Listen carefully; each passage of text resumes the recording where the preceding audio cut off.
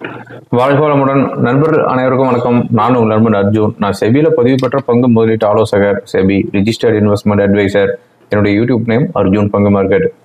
நிறைய பேர் நிறைய கொஷின் என்னுடைய யூடியூப் கம்யூனிட்டி பாக்ஸில் கேட்டுருக்கிறீங்க. அதுக்கெல்லாமே ஒன் பை ஒன்னாக நான் ஆன்சர் பண்ணிட்டு வரேன்.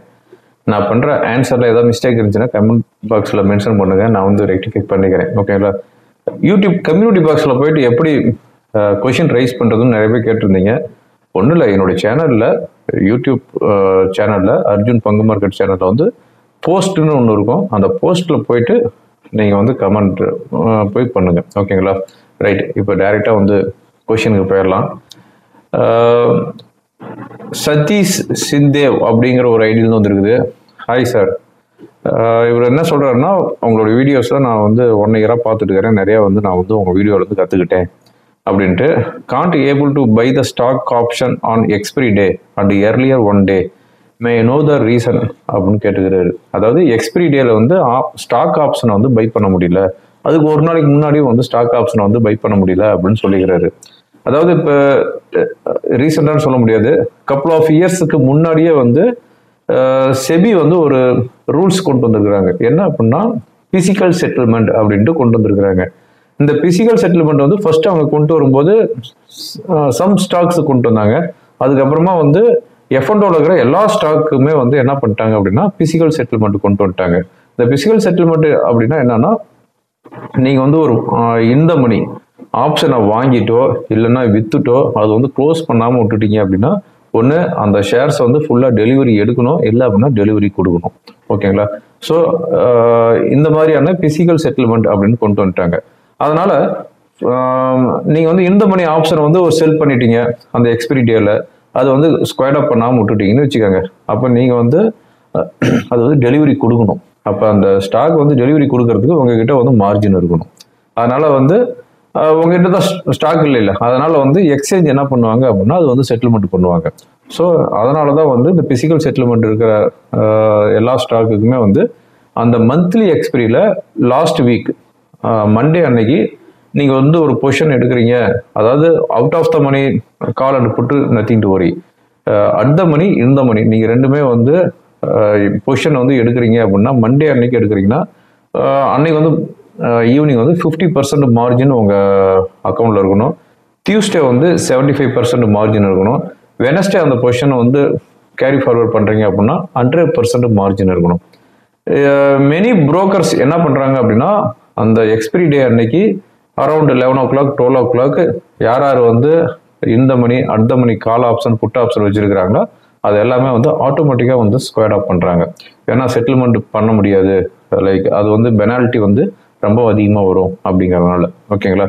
அதனால ஸ்டாக் ஆப்ஷனை பொறுத்தவரையும் அந்த மந்த்லி எக்ஸ்பிரி ஸ்டார்ட் ஆகுது பார்த்தீங்களா, அந்த first week, second week and third week, இந்த 3 வாரம் தான் நல்லா செய்யலாம்.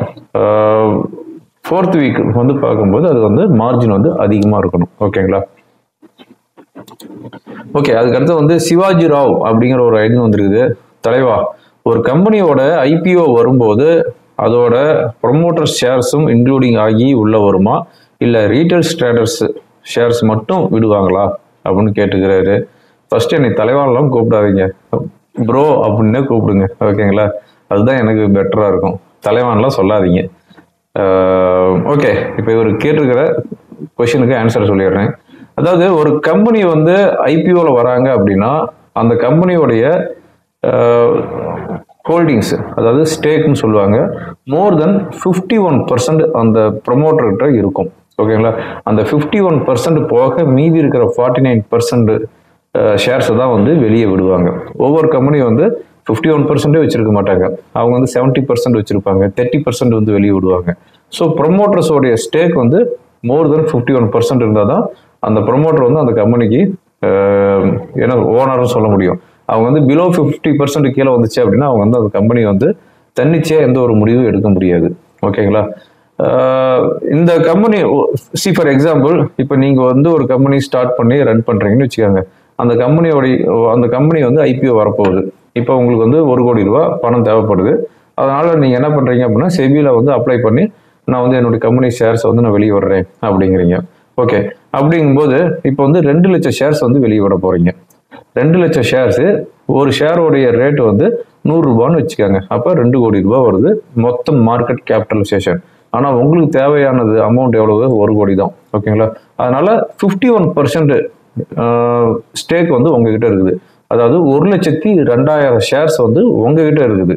மீதி இருக்கிற 98,000 ஷேர்ஸ் மட்டும்தான் வந்து வெளியே விடுறீங்க.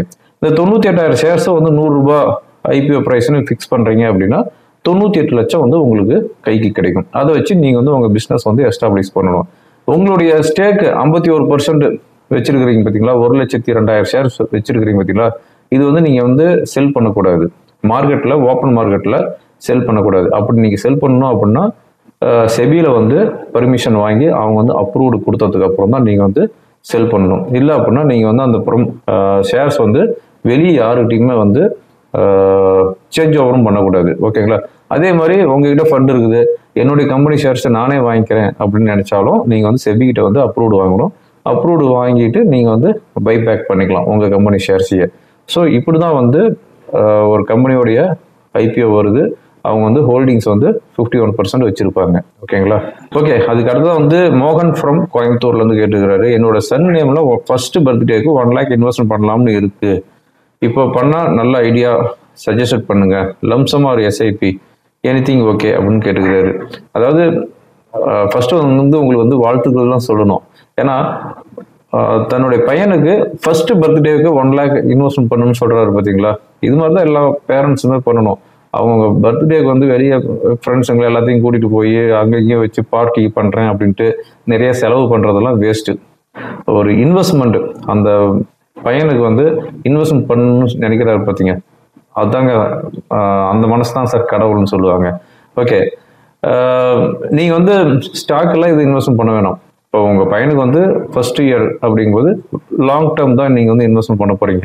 அப்படிங்கும்போது வந்து எஸ்ஐபி வேணாம், எஸ்டிபில பண்ணுங்க. 1 லேக் இருக்குது அப்படின்னா அதாவது லார்ஜ் மிட் கேப் ஃபண்டு, அந்த ஃபண்டில் வந்து நீங்க எவ்ரிடே 500 ருபீஸ் இல்லைனா எவ்ரிடே வந்து 1000 ருபீஸ் எஸ்டிபி சிஸ்டமேட்டிக் டிரான்ஸ்ஃபர் பிளான்ல வந்து இன்வெஸ்ட் பண்ணுங்க. அப்படிங்கும்போது எவ்ரிடே 1000 ருபீஸ் பண்றீங்க அப்படின்னா 100 டேஸுக்கு உங்களுக்கு வந்து ஆவரேஜ் கிடைச்சிரும். அதனால நீங்க எஸ்டிபில நீங்க வந்து இன்வெஸ்ட்மெண்ட் பண்ணுங்க. ஓகேங்களா? ஓகே, அதுக்கு அடுத்த வந்து அரவிந்த் கிஷோர் அப்படிங்கிற ஐடியில் வந்துருக்குது. அவரு வந்து கோயம்புத்தூர்ல இருந்து தான் கேட்டுக்கிறாரு. From your knowledge and experience which is the great reward for the long term minimum 10 years அப்படின்னு கேட்டுட்டு index fund, individual stock, gold investment, real estate, any other அப்படின்னு கேட்டுக்கிறாரு. ஒரு சூப்பரான கொஸ்டின் கேட்டுக்கிறாரு. உங்களுடைய எக்ஸ்பீரியன்ஸ்ல 10 வருஷத்துக்கு நீங்க இன்வெஸ்ட்மெண்ட் பண்ணணும் அப்படின்னா அந்த 5ல் எது பண்ணுவீங்க அப்படின்னு கேட்டுக்கிறாரு. அதாவது இந்த கொஸ்டினுக்கு வந்து ஆன்சர் கொடுக்கறதுக்கு முன்னாடி யாரு இன்வெஸ்ட்மெண்ட் பண்றாங்க, அவங்களுடைய பேக்ரவுண்ட் என்ன, அவங்களுடைய சிச்சுவேஷன் என்ன, அது தெரிஞ்சாதான் இதை வந்து செலக்ட் பண்ண முடியும். அது நல்லா புரிஞ்சுக்காங்க. இந்த 5க்குமே நான் வந்து சொல்லிடுறேன்.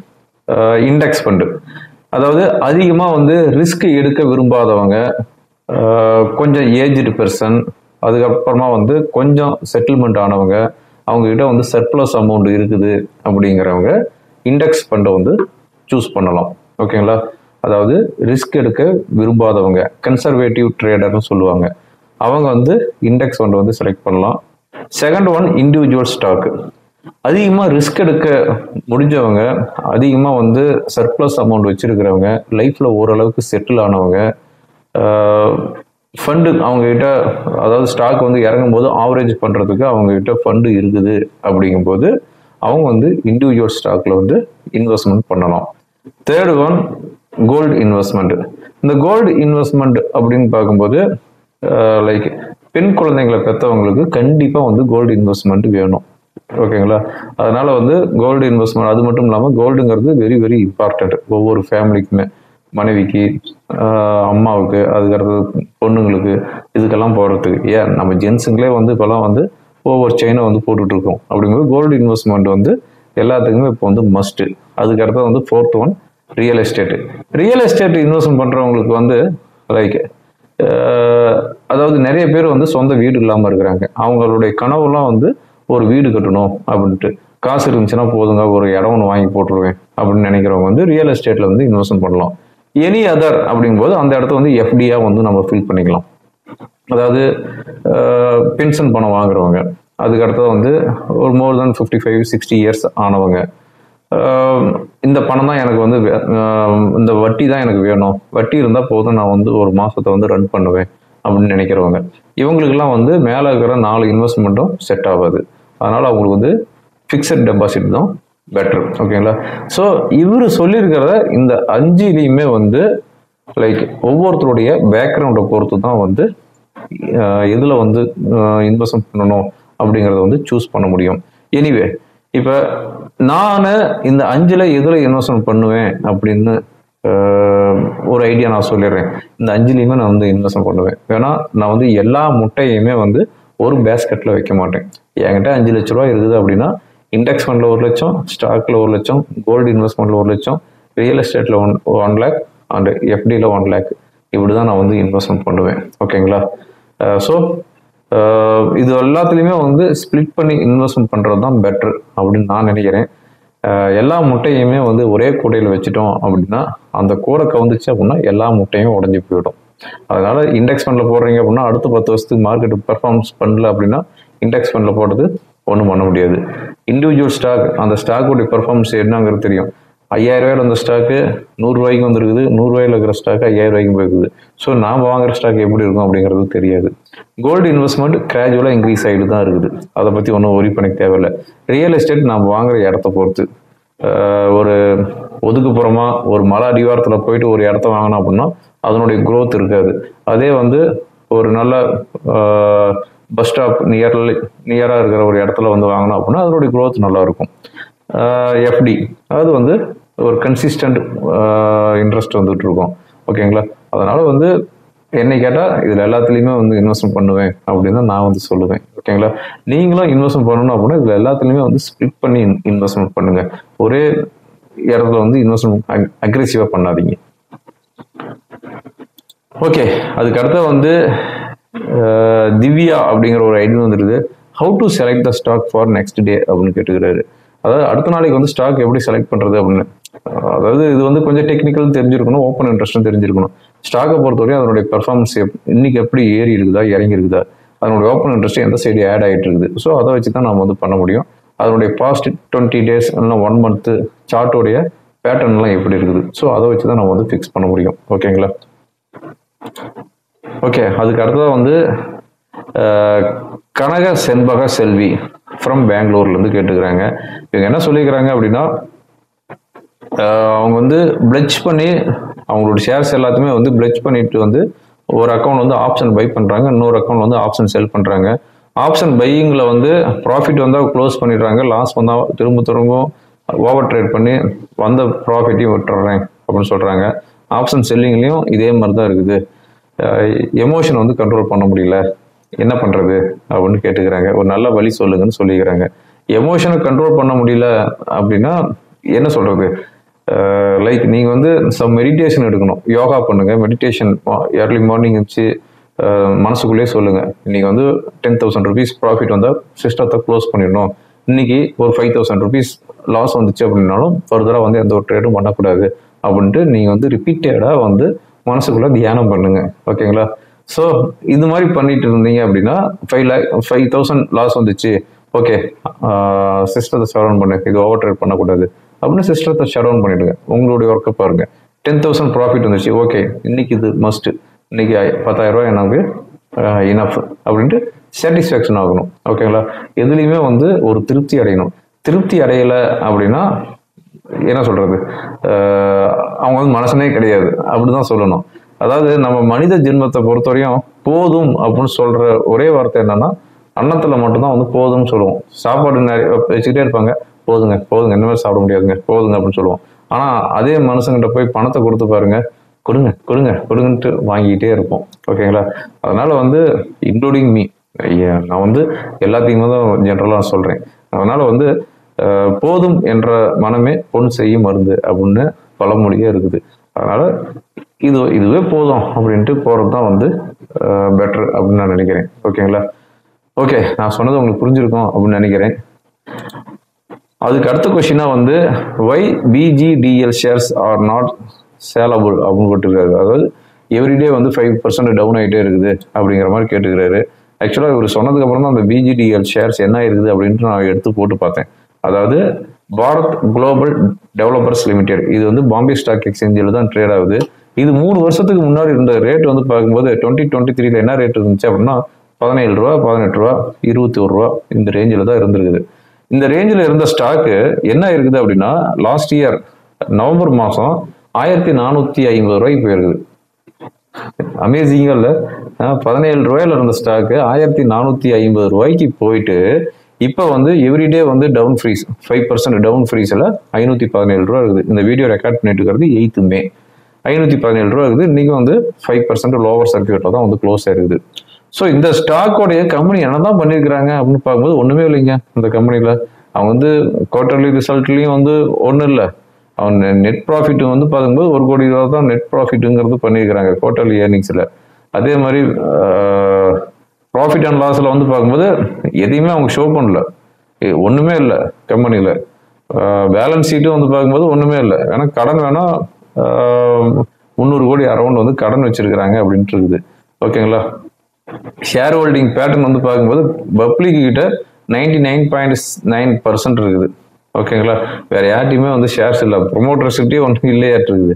ஸோ இந்த மாதிரி ஸ்டாக் வந்து 17 ரூபாயில வந்து 1450 ரூபாய்க்கு போயிட்டு 517 ரூபாய்க்கு ட்ரேட் ஆகிட்டு இருக்குது. எந்த பேசிஸில் ஏறிச்சு அப்படிங்கிறது தெரியல. ஸோ இந்த மாதிரி ஸ்டாக்கெல்லாம் அட்வைஸ் பண்ணக்கூடாது. நீங்கள் எதுவும் வாங்காதீங்க, வாங்கிறத எக்ஸிட் ஆகிடுங்க. ஓகேங்களா? ஓகே ஃப்ரெண்ட்ஸ், மெனி கொஸ்டின் இந்த வீடியோவில் ஆன்சர் பண்ணிட்டேன். நான் கொடுத்த ஆன்சர்லாம் உங்களுக்கு யூஸ்ஃபுல்லாக இருக்குன்னு நினைக்கிறேன். யூஸ்ஃபுல்லாக இருந்துச்சு அப்படின்னா உங்கள் ஃப்ரெண்டுங்களுக்கு ஃபார்வர்ட் பண்ணுங்கள்.